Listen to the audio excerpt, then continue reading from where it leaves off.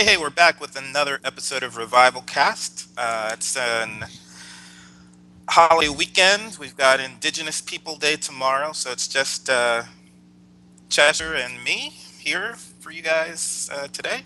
And we're going to talk about the blog, of course, which was about the day in the life of a caravaneer, and that's Paro, hence the title of our episode, Poor Paro.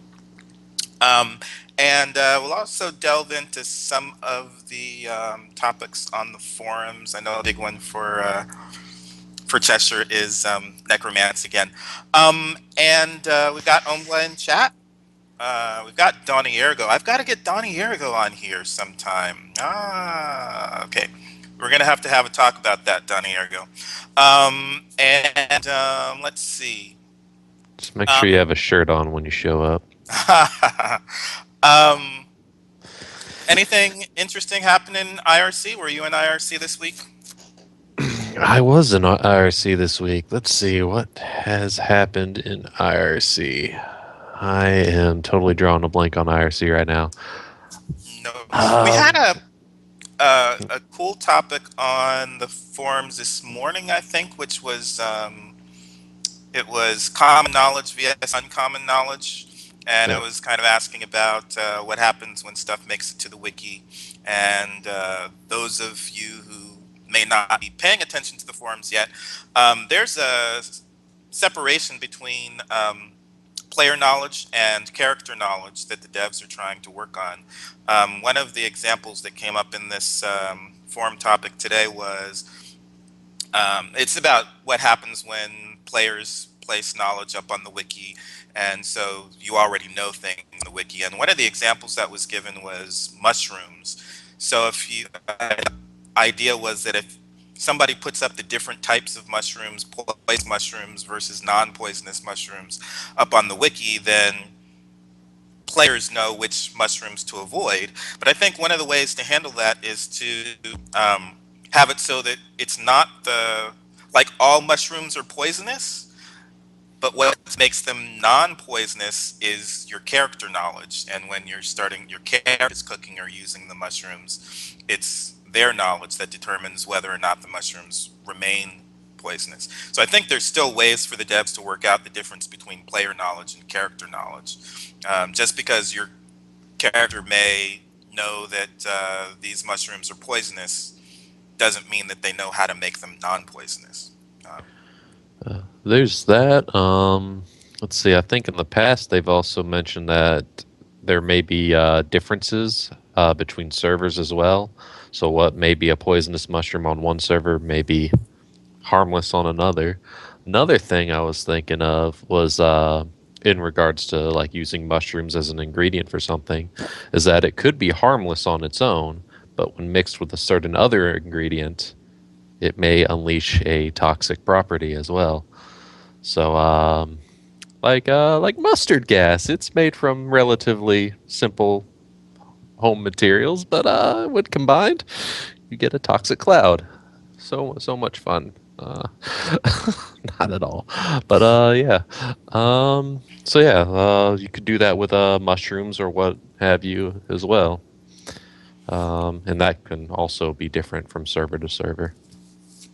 yeah, I think though, even there, you probably don't want, because then you could just have different wikis for each server, and that, right?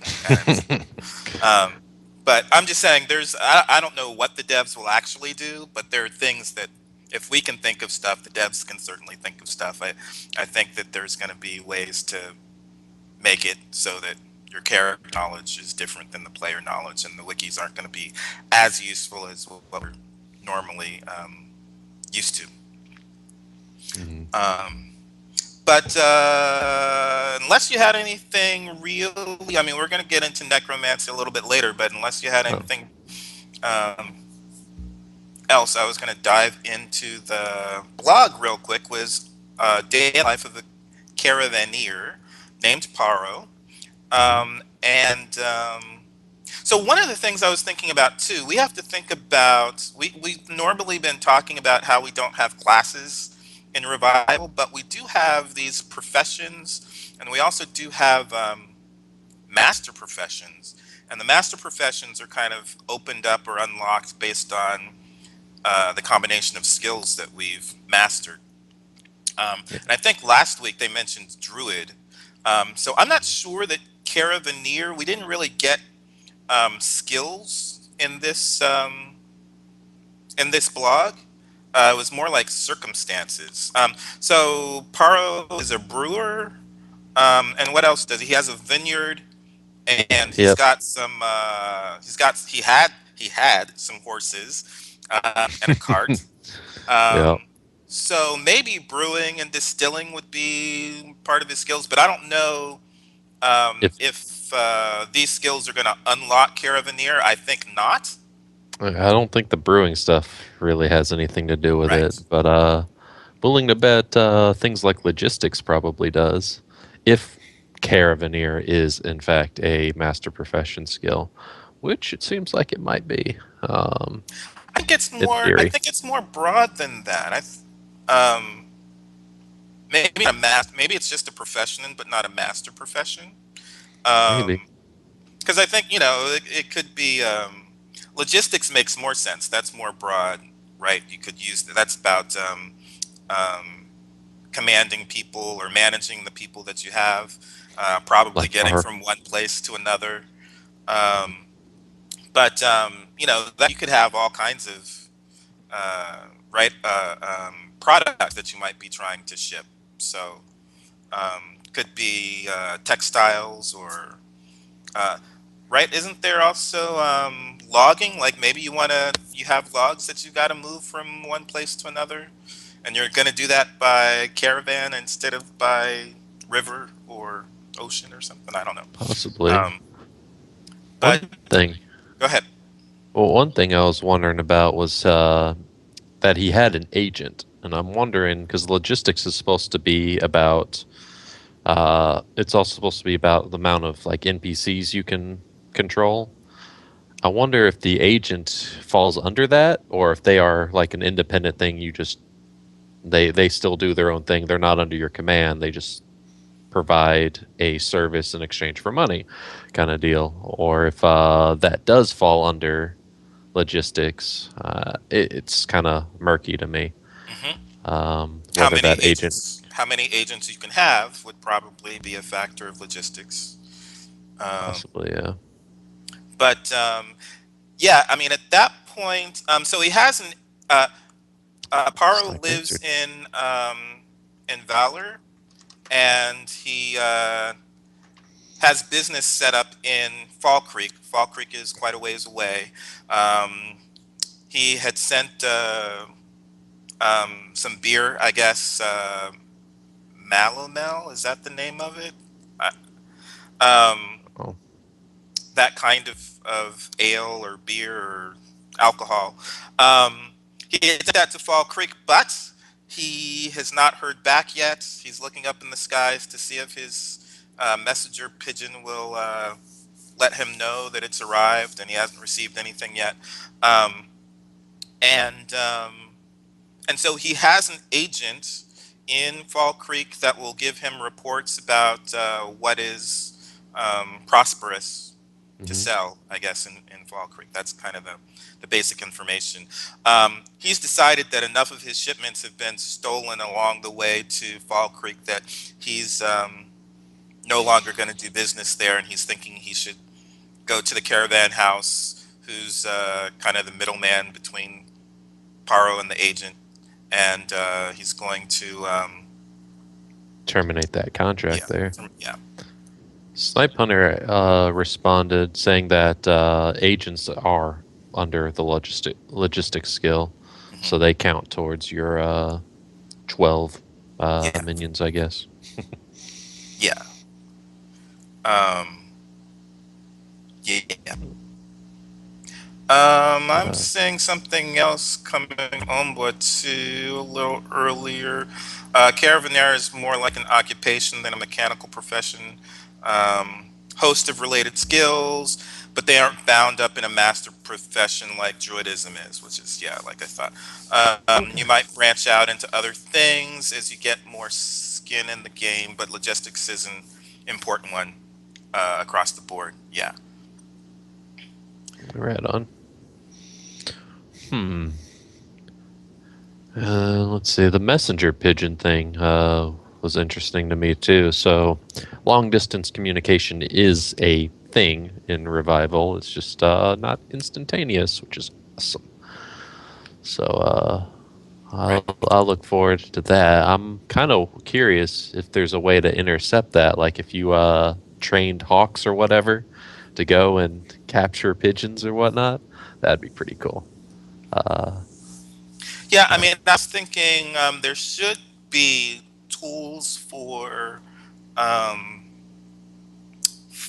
and by tools, I'm talking spells or objects or like the messenger pigeon. But there should be tools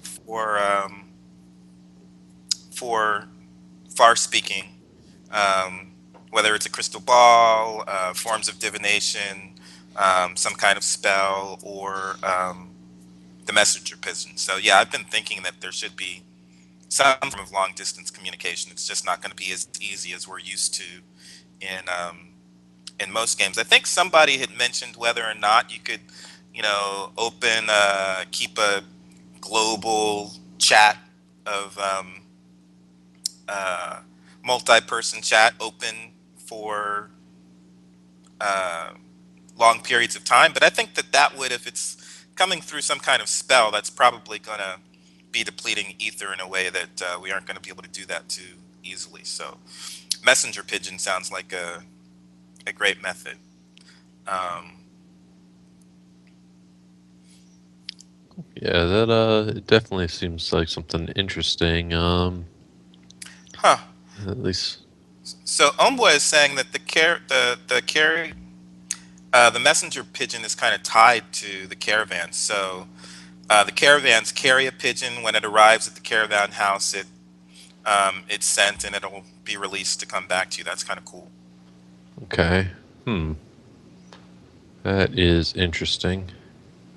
So I guess the pigeon isn't much of a long distance communication device.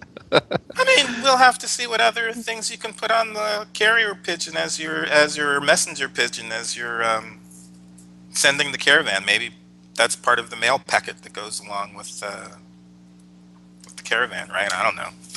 Um, and so let's see. So um, Paro is really hoping that he's going to receive some message. He keeps looking up to the skies but doesn't get anything.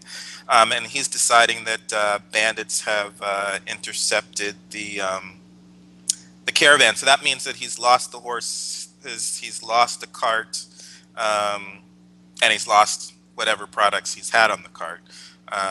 And he's going to need a way to. It would be nice. I would guess that he would have some of that insured. Um, but it would be nice if he can recoup some of those losses, right? Sounds like he had a backup plan. He's thinking in the blog it said he was storing those casks that he's trying to sell now for a rainy day situation like this. Um, Something, I guess, to get back on his feet real quick with. Something he knows will sell for a lot real fast. Um, so that seems to be what he's doing now. He's going to a new market, Crowns Rock, I believe, with these casks that he's been saving up. And he's going to see if he can get his foot in the door in a new market. At least that's the impression I got. Yeah, and it seems like he's thinking that he would have done better if he had gone himself. But again, we didn't get enough skills associated with this for me to get an idea of why he thinks he would do a better job than. I think that's something the devs has said before is that players have like a higher potential skill wise than NPCs can get to. Like, yeah, you'll have like a few master NPCs out there, but general NPC hirelings that you'll get probably, in the middle tier skill wise, whereas you, the player, is probably going to be a bit higher than Yeah, your but own I just don't know hirelings. what skills he's going to be using that will get him there. Uh, That's what I'm saying. there are supposedly there's a negotiation skill. I don't think I've got them added to my skill list yet on the forums.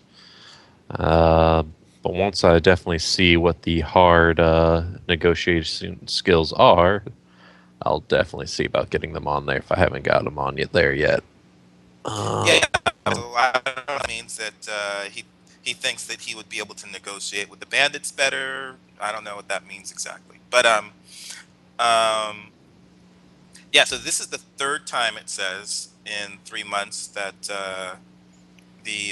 that he's lost stuff, which is why he's decided he's going to go ahead and go to Crown's Rock himself. Now, somebody was wondering about um, blessings and bandits and how that's going to work for people who are traveling from one place to another. If they have blessings, if blessings are going to last long enough day by day to get them where they need to go without being attacked by bandits or by PvP.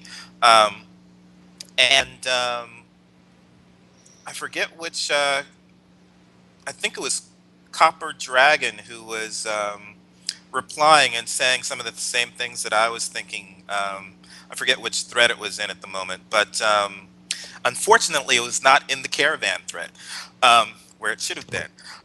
I'm- I think it was in the PvP versus PvE thread, actually. Um, that sounds about right. and and yeah, so I was thinking these bandits, would they be able to have rituals that could get rid of things? I That could think be the interesting. that would be interesting. I don't think there.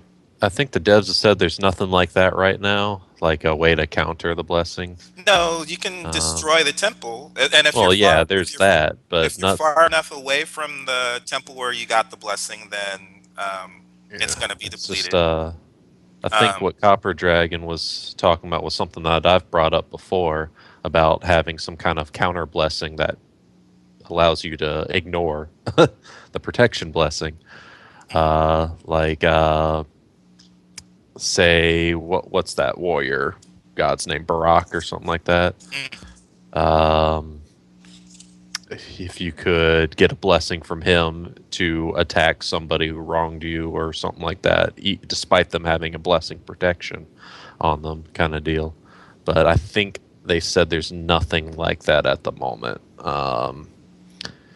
But who knows? Maybe that'll change, um, depending on how the system actually proves to work when it comes out.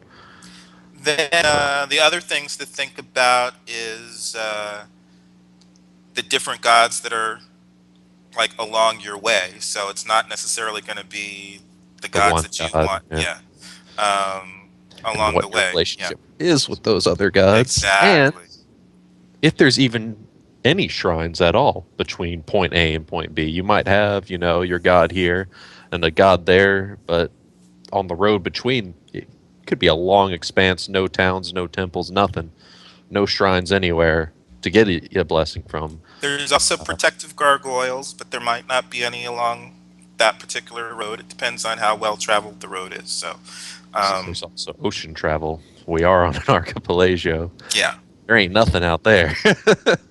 uh, Um, so I don't think I think that it's most likely that there will be some push and pull in terms of PvP versus PvE, and uh, I think it was Snipe Hunter also mentioned that the blessings will protect against PvP, but they won't necessarily protect against the caravan goods being stolen. So, yeah. So, like, the cart driver, he might be safe, but the cart he's on isn't safe. and so again, this is kind of like with EverQuest Next. We have to be specific and talk about the blessings protecting from PvP combats, Mhm. but player versus player stealing somebody's stuff is also a form of player versus player conflict. Hmm. So I haven't seen a shrine in a while, guys. um, yeah, someone could have made an effort to strip that section of road as well. Yeah, so we'll just see what happens. But I don't think any of it is going to be as simple as we normally expect things to be in MMORPGs. Oh yeah, Um, this is gonna be interesting. I am looking forward to it. um, oh we man, got a little bit of some flavor of Valor with the canals and hmm, taking a like what was it called? It was like a valet boat. So yep, um, sounds a lot like Venice yeah, with the gondola yeah. uh, guys there. So that's kind of neat. Gondola taxis going through Valir. Um, or you could just travel on foot like he did later on with it, which he had to do with his cart. Gondola can't carry a cart. Yeah, and they spoke a little bit about that, the sizes of the ship in relation to your carts, and um, even once he gets to the docks, he's got to find someone who has a ship big enough that can take his medium-sized cart and a couple of horses on it, along with all the other people, I guess. Um, and yeah, we'll have to see what kind of bargains we'll have to make, what the negotiations for that is like, because. Um, you know, it might be more expensive if you need to make room, or if you want to be the only person on the ship, maybe you can buy out the whole ship, right? Um, Privacy. Yeah. Hmm. Yeah, it'll be interesting seeing how player on player on NPC or even NPC on NPC negotiations go. I've been Uh, watching X Factor, both UK and Australia, I think, are going right now, and it's the 5 chair challenge in Australia, I think, and the 6 chair challenge in the UK, and so. They've got like 24 singers, and they've got to whittle them down to 6 chairs. And so the person will like, yeah, you're great, you're great, you're great, and they'll get 6 people in the chair, and then some other great singer will sing, and they're like, no, I have to have you, so I have to kick somebody out of this chair, and you're gonna take their spot. And I'm thinking, you go to the ship and you think that you've made your negotiation and you get to go, and then somebody else comes along and says, want a better twice deal. as much. I'll pay you twice as much to kick him off and give me a spot. I don't know if that'll happen, but sounds like it's a possibility. Definitely sounds like it could happen. Yeah. Swap, swap, they suck. Um, Oh well. yeah, because this said that Paro first went to a player um, shipwright or you know uh, Hmm. And the person to, guy to try and get them just on. Yeah, was rude to him back. yeah. Yeah. So Um, hopefully there's enough options. I mean, we just have to see how many people are there, how long do you wait, what other kinds of contracts can you make with the caravan house? I mean, the kind of a opposite situation is probably also true because I mean, in his situation, there wasn't a whole lot of boats to pick from. But in a place that does have a lot of ships currently in port, he might be trying to find, hey, I'll pay this much to go on a trip.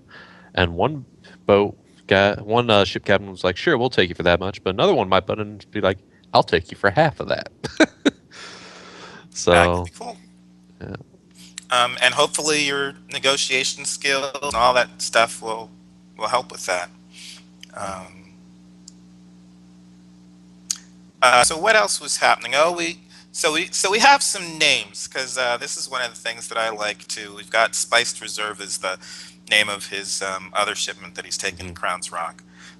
I'm hoping that we've got a lot of great names for our food and drink, um, especially as we're adding different ingredients and we've got Spiced Reserve. Will we have Unspiced Reserve? What will we Seems have? like it. a while back when they were talking, I believe they did a cooking blog, Hmm. and one of the examples was for a like a pie, and then there was a spiced pie variant because she added in like pepper or something like that. Hmm. So yeah, the names of a dish can change depending on what you do to it. Uh, Same probably could be done with wines and Hmm. mead and all that fun stuff too, and the brewing skill, which I believe they have been talking about on the forums the past day or two. Hmm. Um, I'll see if I can pull that one up. Mini games for or mini games thread, yeah, they talking about a little bit of that, and one there was one little neat bit from that thread I saw was the time certain things take, Hmm. like farming. You're not going to be planting, growing, and harvesting crops in a day. Unlike other professions where you could sit down, start to finish something in one session, boom, done. Some skills out there, it's going to take weeks, months to actually finish something. Yeah, So, that's why when you and Onomaru were talking to me about not being able to have 19 alts, and you were saying like if you're a farmer, I'm like, why are you picking farm? Like I'm not gonna, my alts are not gonna be farmers. Like that's gonna take a long time. My alts are yeah, pretty much gonna be doing things that don't take a long a long time. That's why I can yeah. have 19. Yeah, I expect farming to take a few days to raise some crops, at I least. think it's going to take a lot more than a few I'm just days saying, because at least, corn doesn't grow in a day, squash doesn't grow in a day. Um, let's see. The time scale is 3 to 1. So what? It harvesting goes from what, spring to fall kind of deal normally. So you're you looking at expect what? at least 3 months for something to grow before you harvest it. At least 3 months, if not 6 months. Yeah, Four you're months? looking I don't. at you're going to only have 3 harvests in a whole year. It looks Yeah. like. So, So have fun with that farming, guys. I do not have the patience for it. I tell you, I do not have the patience for that. But for those of you out there who do, awesome. Good luck with well, that. I mean, I think we're gonna. I think it's not gonna take as much time as real time. I think the same thing is for breeding, right? If we're breeding animals, I don't think we're gonna have to wait uh, actually a year or 6 months or all that, however long it takes to gestate a cow or a horse. I don't think we're gonna actually have to wait that length of game time. Um, but we'll see. What else was going on in the blog? I think Oh, that was about it. Some people are worried about how banditry is going to impact the economy, but I'm not a real player economy person, so yeah. I really have no clue. Yeah. How bandits affect the economy? Well, for one, if they're constantly stealing particular shipments, like say there's a big iron trade going between Crown's Rock and Valir, because we know Crown's Rock has iron. But there's pirates out there who are specifically targeting the iron shipments. That's going to crank up those iron prices real quick, especially if those pirates aren't also selling to Hmm. where those shipments are supposed to be heading, anyways. Um, there's that. Also, you got to think that there could be some unscrupulous merchants out there who may actually hire bandits to target their competition as well. Yeah, if Uh, there's going to be guards, I mean, there's going to be all manner of guards that are going to be jumping in that, to prevent that's that. also So, part. That's also part of the PvP too. You can hire guards. yeah, Some of them can be player guards to yeah. protect your shipments as well. So, depending on the level of organization between the merchants and the bandits, things can tip either way pretty quick. Um, Definitely be something I'm looking forward to seeing as well. I don't think I'll be too heavily involved in it myself. Raiding caravans is kind of neat, but not totally what I'm going for right now. So, but it will be interesting to see how that affects the world economy as it evolves. Um, let's see. Snipe Hunter just posted something in that thread we were talking about with the long wait jobs. He says that even though, yeah, there is a long wait, there are still things you can do like daily to help optimize the process to make a better end product when it finally is time to harvest or finish brewing or whatnot. So it's not like you're just not doing anything for a couple weeks or months. Yeah, You do but still still, have if things to if do. I'm breeding a horse, I'm not gonna want, you know, to have to do actually 1 or 2 in-game years trying to work on developing this horse. That's even if I'm doing something every day, that's not Mhm. enough to make me want to breed a horse. That's not fun. Yeah. Still, I think it's fun to some people out there, I would think. Not me. I'm too impatient. Honest, way too impatient. Yeah, If something hasn't blown up today, I'm doing something wrong. yeah. uh, but yeah, let's see what else we got. That's pretty much it. You were saying that economy isn't really something that you are into, but necromancy is something that you are into. So we can Necromancy. jump over to necromancy now.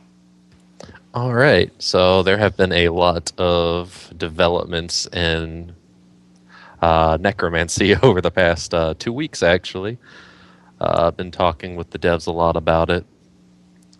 Um, Because you were inspired by Arc, I believe, to start this guild that's mhm. devoted to. Is it devoted to necromancy? Mm-mm. It's What's the focus the of the guild? Oh, guild. immortality. Yes, Of which immortality. necromancy might be one component. Yeah, there's he's going for alchemy. I'm going for necromancy, because both have been suggested as possible avenues to immortality. But there's probably a bunch of others out there. So any ideas other people can come up with, I mean, they're willing. We're willing to accept anybody who's willing to help us pursue that goal. Another thing that's been mentioned is that immortality is probably not something that'll be like um, something you could reproduce necessarily. Like what works for one person probably won't work for everybody else to get immortality. So by pooling our resources together, we're kind of opening up as many avenues as possible, or that's what the plan is, so we can get as many people immortal as possible within our guild. Um, yeah, he'll be exploring necromancy.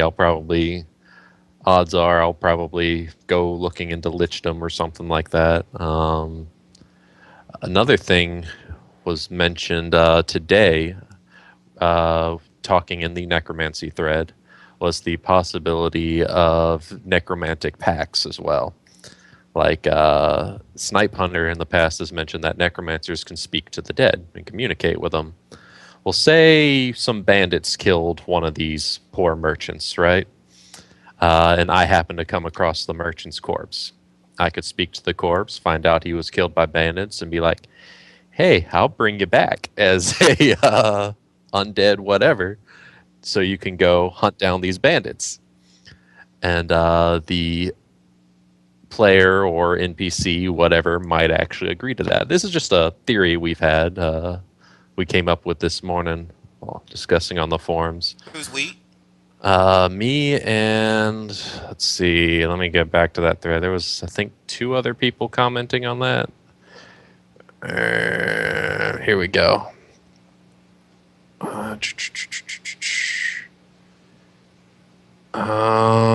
Yeah, there's Thurin. I think he might be new to the forums. Mhm. Yeah, only 5 posts. And Erasmus, who's been around for a little bit. We were talking about it. And I think it would be kind of a cool idea because what I was thinking of is that instead of the necromancers puppeteering the undead in this case, I give this guy his free will to pursue his revenge. But with this type of ritual, it could be like a temporary undeath thing. Like he'll only be back for a couple days to try and pursue his revenge. Uh, but he could come back to me, the one who brought him back, and I could recharge him, so to speak, in exchange for services rendered. Uh, I think that would be kind of a neat relationship there uh, for a necromancer to pursue. Let's see. And a bunch of other things were brought up too.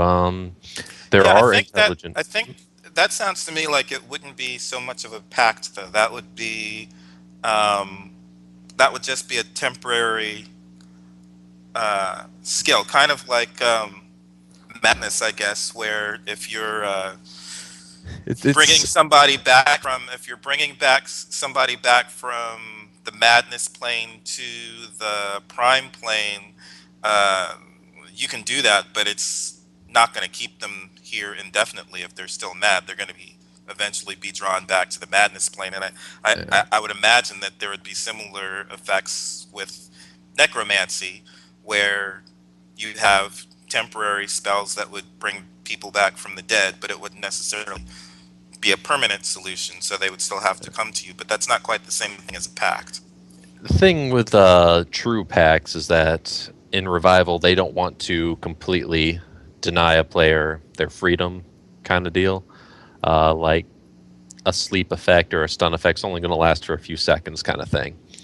So a true pact kind of ties their hands. I might as well be puppeteering you at that point. You lose control of your character. They have to do my will in that case. This form of pact, it's like I can bring you back if you do this for me. You can choose not to do it, but when it comes time for if you need more time to finish your task and you haven't done what I asked you to do, I'm not going to recharge you.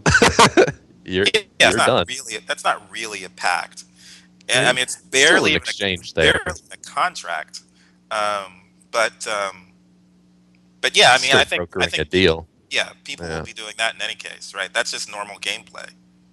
I just think that would be a neat form of necromancy, a temporary free will uh, bring back that you could use on players and stuff. Get them out of anime's realm temporarily. They'll be I inhabiting think their dead that's likely to corpse. happen in any case. I think that's going to be Uh, part of normal gameplay.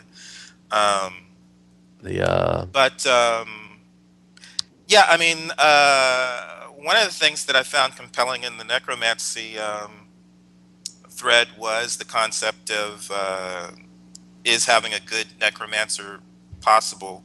Um, Revival doesn't really have objective good and evil, so um, what yeah, is no, your how are you defining good? Because I think you have a subjective view of good. I don't think you have an objective view of. I don't think seem to talk about good with a small g rather than good with a capital G. um, there are different views on it. Like I think it would still a necromancer can be good if what they use their necromancy for leads to a good end. See, Uh, I think you're talking about the difference between kind or good with the small g versus good with the large G, because there's stipulations there. And what typically, and it also depends on how the magic is defined. So what typically is in D&D is going to keep a necromancer uh, not good is that um, they're using negative energy to revive the dead, and that is the opposite of healing energy, and is going to do things like if you're if you're animating a zombie, the zombie is going to have zombie rot. That's going to cause a problem for living people. Um, and it's the same, right? If you're using negative the healing energy that you use to heal people is the opposite of what's going to animate the dead, and the same for what you use to animate the dead is going to be negative for living people. Um, and so the healing is good, and the undead energy is evil, and that's I why it's difficult to have a good with a capital G necromancer. I've been scouring the internet as a whole Mhm. for the past week now, trying to just find examples of good necromancers, and suffice to say, they are very, very rare. Because Even in you can have a kind necromancer, which is what I think huh? you're seeking. You can have a There, kind I found good necromancers. One I already knew about. Sabriel is a there's a book series, the Abhorsen trilogy, I think is what it's called. Mhm. The title character of the first book, Sabriel, is a good necromancer. How is good defined? How is good defined? Well, she helps the dead move on rather than she's not the type of necromancer That's specifically who kind. She's a kind necromancer. She's she not a saves the good. world. Right. So she's kind, but that's not necessarily the same thing as good. That's pretty damn good in my book. Good with a small g, but not Big good G with a there, buddy. no, no, not She as saves the defined. world. She But brings a petrified guy back, but a guy who was that turned to stone, that's brought him irrelevant back. in terms of D&D good with the capital G. So she's good with the small g, and she's kind, but she's not good because good has a reverence Ah, for life, and she has a reverence for unlife. It sounds like. no, it's definitely life on her part. She's But trying to. she's using. Is she dealing with the dead or with the undead? She's dealing with the. Yeah, it's dealing with the dead, but it's not her. Like she's not so much. She's not the type of necromancer who raises the dead. She's not creating zombies. She's the type that if she finds a zombie, she's going to enter like the spirit world or something, try to find the soul tied to that zombie, and lay them to rest. That's her type of necromancy. She's But that wouldn't so in right. So you have to do this, you have to define how necromancy works, what necromancy is, what good is with the capital G. I Um, and so in did. D&D terms, she wouldn't be good. I think she would be, but I also did some digging into what necromancy is, real world necromancy, anyways. And historically speaking, a necromancer is just somebody who speaks to the dead. That's what they were. Um, Not just. It could be. that's pretty much what they were. It was later, much later, uh, more recent years that they started going into like they're bringing back the dead kind of deal, or in some cases, it's even saying that they're not bringing back the dead so much as putting demons into dead bodies. It's another concept that's also more recent. Mhm. But for the longest time, they were just speaking to the dead kind of deal. But Uh, again, that depends on where, because that's not true if you're talking about Egyptians with mummies. They weren't necessarily speaking to the dead. They were preserving bodies for the souls, right? mhm. Yeah, the the term necromancy actually seems to have originated in the Bible of all places. Um, so I there thought it may was be Greek. the word is Greek, but Uh-huh. the it was actually some like it was used in the Bible as was when it was first used, but it's a Greek word or Greek rooted word. It's a twisted Greek word. Because I think it was the Greek word is necromanteia or something like that. But I'll have didn't to the look Greeks back up. already have, before the Bible, didn't the Greeks already have communicating with the dead? Yeah, the word I don't think was coined until it was put into the one of the later Bible books or something. When what was it? There was a king in the Bible who wanted to speak to a dead friend, and a necromancer, a witch, I think she was originally called, who used necromancy to call back his dead friend's spirit, and the spirit told of for like a divination. The Hmm. spirit said, uh, basically said that, oh, by the way, since you brought me back, you're going to hell, buddy. We may be friends, but this is bad, so you're going to hell, kind of deal. Um, which wasn't exactly what the king was hoping to hear, but um, anyways, yeah, there's definitely like what we consider modern day necromancy to include. Egypt's practice would fall under that. A lot of weird death practices around the world would fall under the modern scope of necromancy. But Well, I think it's the difference between D&D version of necromancy versus uh, other forms, other D&D version of necromancy specifically. okay, sorry, that was a weird thing. Yeah. So yeah, it's just something I've been digging into. The term medium came up in my research as well. So why are you focused on whether or not uh, necromancer can be good with the capital G versus good with the small G? Why do I think they can be good with a No, capital G? why does it matter? Why does it matter? Yeah. I like exploring uh, what's the word I'm looking for? The reason why I'm asking is because, like I said, you can have a kind necromancer. Yeah, why can't you have a good one? Depends on how you're. If it's good with the capital G, then there are factors in D&D that prevent that. But if you don't, if What you're not using factors? factors, so again, the type of divine energy that's being used to practice necromancy, because it's not just the what, it's the how, and also whether or not it's a reverence for life versus a reverence for unlife, because a reverence for life is going to be good, a reverence for unlife is going to be evil, and that's just the objective definitions for good with the capital G and evil with the capital E in D&D specifically. But if you don't have those objective definitions, if you have, like Revival doesn't, then yeah, you can have a good necromancer with the small G. You can have a kind necromancer. That's that's going to be easy.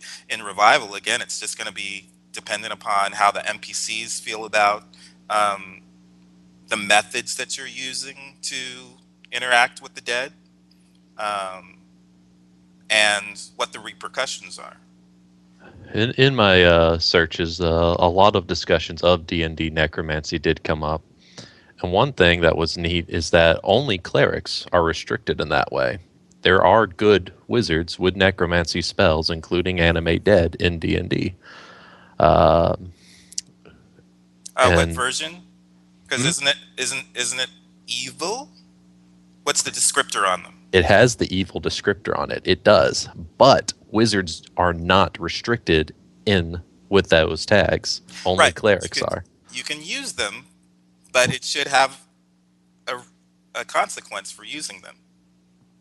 Wizards don't really seem to have that mechanically. What Um, do you mean by that mechanically? Because that's up to the DM, right? So you can the use them.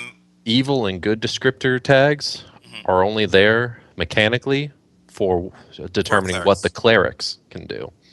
Those tags do not come up anywhere in the wizard rules ever. So Wizards don't use them. if a wizard uses a necromancy spell, it doesn't come with the evil descriptor. The spell itself still has the evil descriptor, but the wizard is not restricted by Right, that tag. but what that means is that if they're using something that's evil, the DM should be pushing them towards evil the more often they use something that is evil. That's the way it should work. It means that the wizard isn't impeded from mechanically from using the spell, but there are still consequences for using the spell because it's still evil. Yeah. The So another their alignment should start shifting the more they do something that's evil. mm, possibly. Again, I think it also goes back to the does the ends justify the means thing They as don't. well. That's the whole point of having those objective things in D&D. What do you The mean whole they don't? purpose the purpose of having good and evil was to make it so that if you started making those kinds of choices where the ends are supposed to justify the means, your alignment starts shifting. That's what the DM is supposed to do because you're compromising your morals. That's why they were there. Hmm. I don't know about that. Well, that's the way it was for 30 years. I don't know what it's like in the last 10 years, but that's what it was like in the first 30 years. 3 point, let's see, 3.0 and up. I don't know. Yeah. 3.0 changed quite a bit, so. There's also other lore to look at as well. The Elder Scrolls has examples of good necromancers as well. The Dunmer people, their view of necromancy is completely different from the Empire's view of necromancy, for Yeah. instance. And we should Uh, expect that in Revival, I think. yeah, the oh yeah, definitely, especially if Kolaja, for instance, does draw heavily on Egypt, as I suspect they might. Egypt even had an undead god. Osiris was an undead god, um, among other things, but he was a good god in their pantheon. Mhm. Um, there's also, back to the Elder Scrolls thing, um, the Dunmer view of necromancy is that I am not forcing the dead to work for me. I'm actually praying to my ancestors to come and save my ass right now. So, and the undead that arrive from that form of necromancy are that character's ancestors showing up to save them, kind of deal. Um, and which is different from the imperial form of necromancy, where they are like, "Yeah, soul, you're my bitch. Get in that body, Well, work but for it's me." different because there's a difference between animating dead and creating undead and resurrecting. Because if you're resurrecting somebody, you're drawing on healing and positive energy, and that's okay. Um, versus drawing on negative energy, um, which is going to create undead, and that's not okay. But I think what we're going to have in Revival is a question of like flesh mending is probably good Hmm. with a small g. Um, Flesh crafting might be questionable. Um, and then, if you're creating something, even if we're not speaking of undead, if you create a chimera with flesh crafting, or you create a golem, is that something that Hylathia is going to Hmm. condone? Um, because technically it might be life, but she's probably closer to natural life versus unnatural life. And so those are the kinds of things that you have to weigh. Which gods are helping you with the necromancy, and what is the god's vision of nature versus supernatural? Not supernatural, but I guess unnatural. If Um, if I had to take a guess on the Hylathe point there, I'm pretty sure she's probably against undead in general, just because of the ugliness factor. yeah, but I meant even But even with not just golems, undead. Yeah, even not golems, I just. think there might be an exception there. Well, how could you Because think? with the golems, one, it can be a damn good looking golem. Two, what if they're using these golems in forms of performance art as well? That could be something she's really into. Yeah, I think it depends, but I think it's gonna be because I think she's over beauty, but I think it's beauty and nature. So if you're doing things that are unnatural, I think that could be an issue. Um, There's also Bast, who's yeah, another was saying Hylathi don't like no necromancy. Um, highlight they won't have an issue with golems. He also says. mhm. So um, yeah. yeah, what about flesh golems? That's exactly the sort of moral thing Flesh golems, well. Yeah, which is what I was thinking too, flesh golems. Um, and chimera, again, it might not even just be. undead, but there's all kinds of stuff that you could do. Um, Yeah. Striving for immortality. I think of That's golem. I typically think of that's stone. no. There's various That's forms. There's there. various There's a forms lot of different forms in of golems. It's just the default one I think of is yeah. a statue that's animated kind of Yeah. deal. But flesh golems, yeah, I see that. D&D has got a ton of examples of different golems. I mean, I think there's even a snow golem in there somewhere, basically a snowman brought to life. So yeah, there's a lot of weird golems out ideas out there. Yes, I think it will be interesting to see if there are various forms of necromancy. Um, what kind of magic is being used to do that? Is there different forms of magic to communicate with the dead? Um, Divination versus necromancy, or does it have to be both? There's also the Um, spirit stat too, which supposedly allows you to interact with the dead as well, at least ghosts that are still around. mhm, So there's probably more than one way to talk to the dead. mhm. As you suggested, divination, I have hardly any doubt that that'll possibly have a way of communicating with the dead or other things on different planes. Mhm. Necromancy, probably just limited to speaking to the dead, but hey, it's a way to communicate with the dead. um, so yeah, there's a. I like thinking about the overlaps some skills will have in revival. Like, yes, divination, you can perform divinations or communicate with things. Necromancy also has some of that too. Even with divinations, through brain suddenly stopped working there.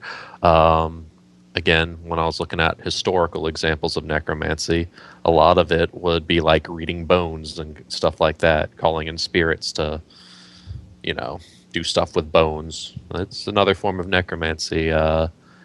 Mostly focused on things that have already happened, but some of it can also reveal revelations to the future, like with the king in the Bible there. Also, Odysseus in the Odyssey ran into some of that as well. Right. So, because we had several different examples in the planes walking um, blog of the different ways that you can initiate planeswalking. One of the ways was with incense. So it could be that communicating with the dead using incense would be a good way to do it, and using bones to communicate with the dead would be seen as evil. Um, but yeah, I don't know where the devs are going to go with that. Um, and again, since it's not really objective good and evil in revival, um, it's going to be more subjective than that. But I wonder if that's going to be tied in with gods as well, so that maybe it's the outer gods that require you to use bones, or maybe it's the elder gods that would use incense, and that might be a determining factor in terms of whether Another something is more good than evil. another thing I'd like to bring up about the difference between D&D necromancy and historic necromancy is that historic necromancy is the magic of both death and life. It's both, whereas D&D it's just death. And they put life under conjuration or something like that. But Right. yeah, if revival's form of necromancy follows more the historical form of necromancy, potential of life necromancers is there, and also I know Pathfinder did that too. There are life necromancers in Pathfinder. Uh, so yeah, it'd be interesting to see where they go with it, and that would definitely have a big impact on whether necromancers, as you say, can be good with a little g or a big G, I guess. Was saying that societies will have their opinions, but your karma will be. affected by what the gods think. Um, Think, so we have questions. Did hmm we get questions in Skype? Yep, they're on Skype. Do you want to read them? Sure, I can read off the first one here. From Mother Rabbit. Can I have a messenger raven? I don't see why not. I mean, with there are animal trainers out there. I could probably train a raven to do that. Ravens are pretty smart. It's a lot smarter than a pigeon. I could see that happening. Um, Snipe Hunter mentioned something interesting in chat. You can animate a skeleton, but it takes more effort than a muscled corpse would, which kind of makes a little bit of sense. Um, but I hadn't thought of it ever that way. That makes Hmm. that's kind of interesting. It makes sense because you have to have more magic to make the skeletons move without muscles. And Zero got the question answered by Omwa. I don't see which question that was. Ravens are hella smart, so Snipe Hunter seems to be saying that messenger ravens are likely. Probably, yeah. Let's see. So you saying the zero question was already He answered? says that, but All right. go ahead and read it. The question was, does anyone think Paro was being impatient? Has anyone heard since blog if there is a range of possible delay for said messenger birds? Essentially, could a bird have come a few hours after he left? I think it's possible, but Had well, no, he hadn't been waiting for 3 months. He'd been stolen from in the span of 3 months. But yeah, yeah, we don't know how long he'd been waiting to see the for messenger. this most recent one, yeah, we don't really know.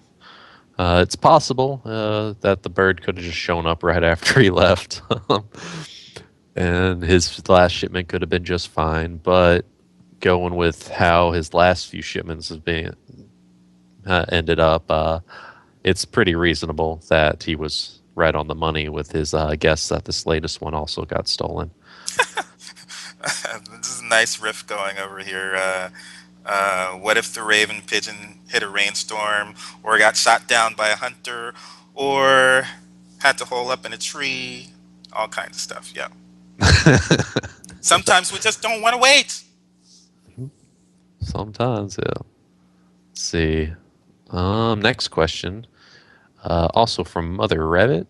We talked about house golems, but can we create them to travel with our caravan? I don't see why not. Yeah, They we would had a fall under. question about how smart we can make them, right? Hmm, yeah, I how think that smart a would be golem the can be. I yeah. don't know. I think that would be the factor, right? I know with necromancy, it has been said there are both unintelligent and intelligent undead out there. Yeah, I think you would want them But to be golems, I don't know. fairly intelligent, so they don't just wander off and do their own thing. Yeah. Hmm. Let's see. So yeah, with the caravan thing, I think yeah, a golem could be could travel with the caravan. I mean, they count towards your 12 hireling minion whatever count. So yeah, I think so. You could get them to do that. Let's see another question from Mother Rabbit. Uh, let's and similarly, if I gain the trust of say a wolf, will he travel with me as well? Again, that's a pet. I would assume so. Yeah, I think that could also happen. Yeah, that's if you have animal lore and you're able to train the wolf, then they'll travel. You She's have to got a work at. question for you as well, Hmm. specifically. Mother Rabbit, more for digs. If I use necromancy to talk to a doctor that came up with a cure for the plague but died before administering it, good or bad?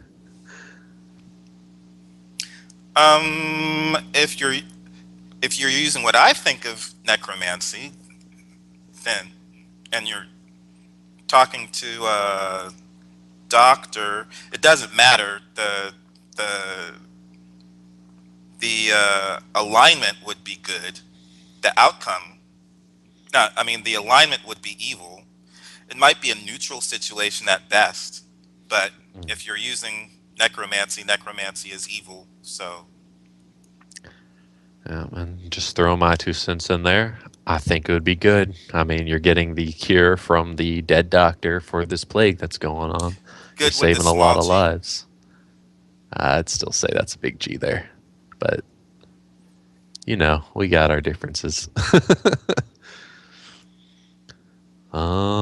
Let's see. And I think that's it for the questions linked in Skype.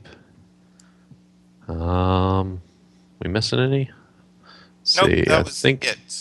I think I saw a new question pop up in chat, but that might have been the one for you that was just posted there.